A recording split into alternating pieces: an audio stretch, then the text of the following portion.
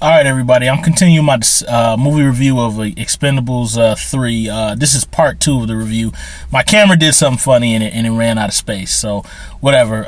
Previously, what I was saying was that it was a horrible business decision on Stallone and Ivy Lerny's part to include these whole new young Expendables. I mean, it was such an...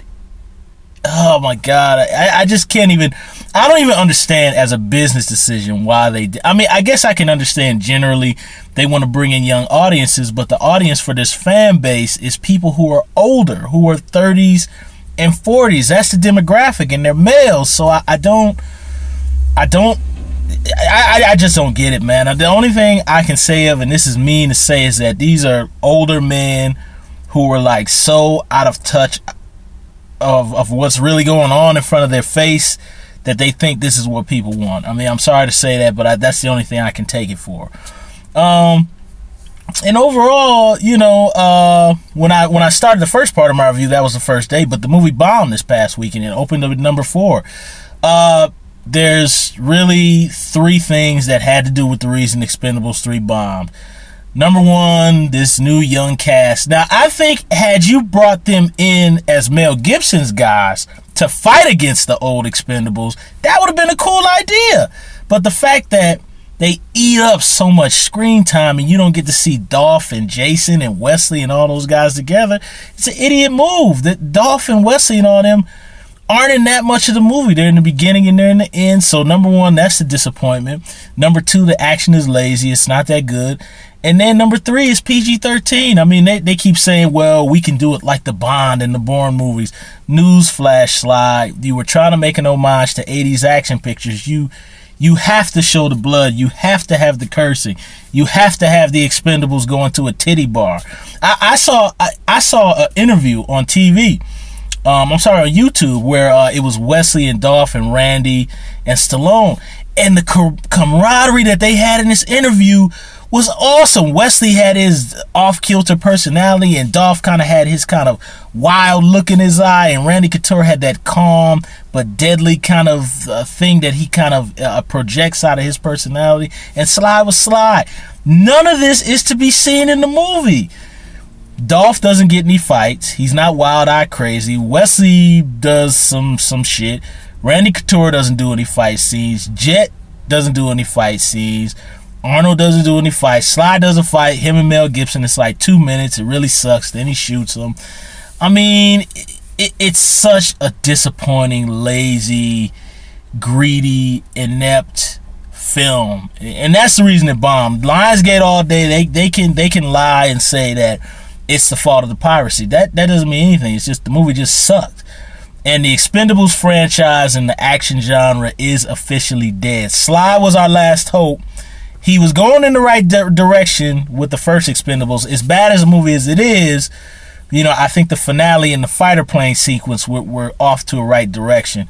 But and then the second film was disappointing, but I still think it was kind of on track. They just blew it with this, man. I mean, they just killed it. The action genre is dead. We'll never see Wesley come back. This was the last swan song. These guys are older now. Stallone will be 70. They can't do another one, man. It is over. The action genre is dead. And thank you, Sylvester Stallone and Ivy Lerny, for killing the genre. Thank you for killing Wesley's comeback. Thank you for not showing any... No Expendables in this movie has their moment. And then there's all this horrible use of CGI. It's so overly CGI. I don't get it. Why do you need all this shit?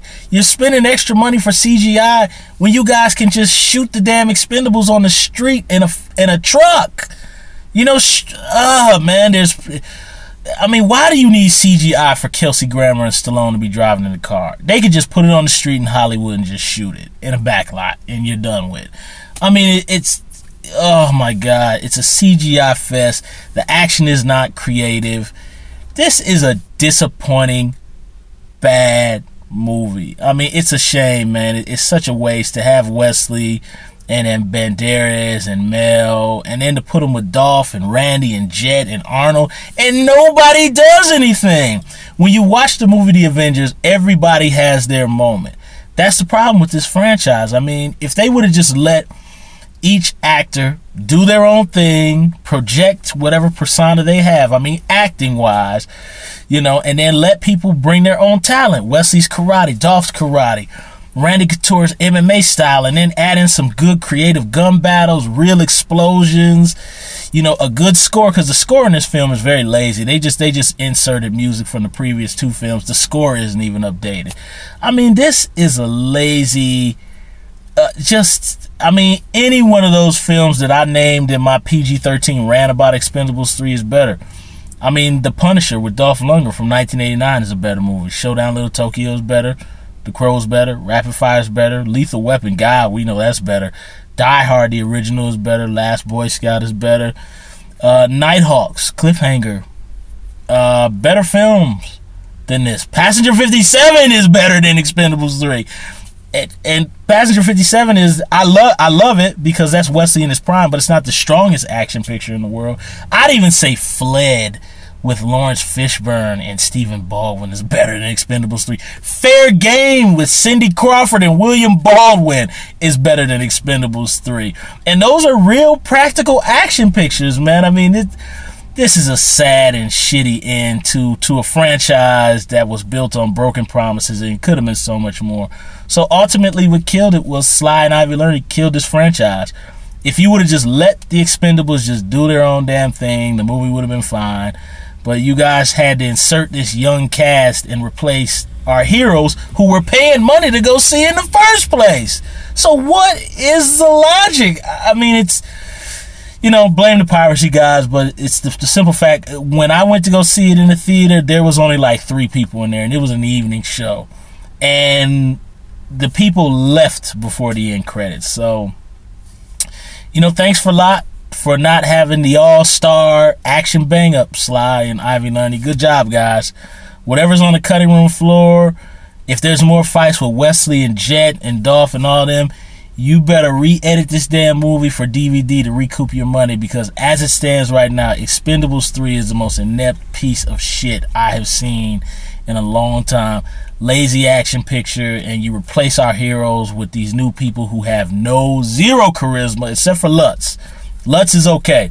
I was giving him a hard time, but I kind of like him. Had he been Mel Gibson's right-hand man and he would have like fought Jason Statham, that would have been cool. If you would have had Statham versus Lutz, I would have been like, cool, I'm with that. Let's see what happens, you know? Or maybe like have a Royal Rumble fight scene like in the first movie where Dolph and Wesley and Randy Couture and Jason Statham all team up and fight some of Mel Gibson's guys. They don't do anything creative like that. So, you know, Expendables 3 is a sad swan song. I know Sly's going to get on TV and blame the piracy, and so is Ivy Learning. They're going to be political about it. But Sly knows that he made a horrible decision. I'm pretty sure Sly and Ivy and all them watch all our videos on YouTube. They know from people like me and other fans who bitch about the movie, they know the reason that it's not doing good is because it's shitty and you guys didn't give the fans what they wanted. So all I can say is, guys, rest in peace, action genre. We still have our VHS tapes of all the action pictures that I mentioned. I think tonight I'll go home and watch Die Hard 2. And I'm curious when I hear other reviewers say they couldn't tell the difference with the PG-13 rating. I'm sorry, guys. Watch Expendables 3 and then go home and watch Die Hard 2 or watch Cliffhanger. Or watch 48 Hours, the first one, or Die Hard, the first one. You will see the difference, trust me, in terms of tone, gritty atmosphere, the level of violence, the language. There is a difference. Sly's bullshitting when he says that, oh, we don't really see the difference. There is a difference. And I was actually surprised. I was kind of disappointed in one of my reviewers who I really love, Schmoes No. I really like those guys, but you know, they were claiming they couldn't tell the difference. I don't know. I like those guys a lot, but I kind of feel they were being a little bit political because they work in that realm. Guys, watch Last Boy Scout and Die Hard 2 and Cliffhanger, and then watch Expendables 3. And tell me there's not a difference, please. But, you know, sorry guys. Sly, you were our last hope.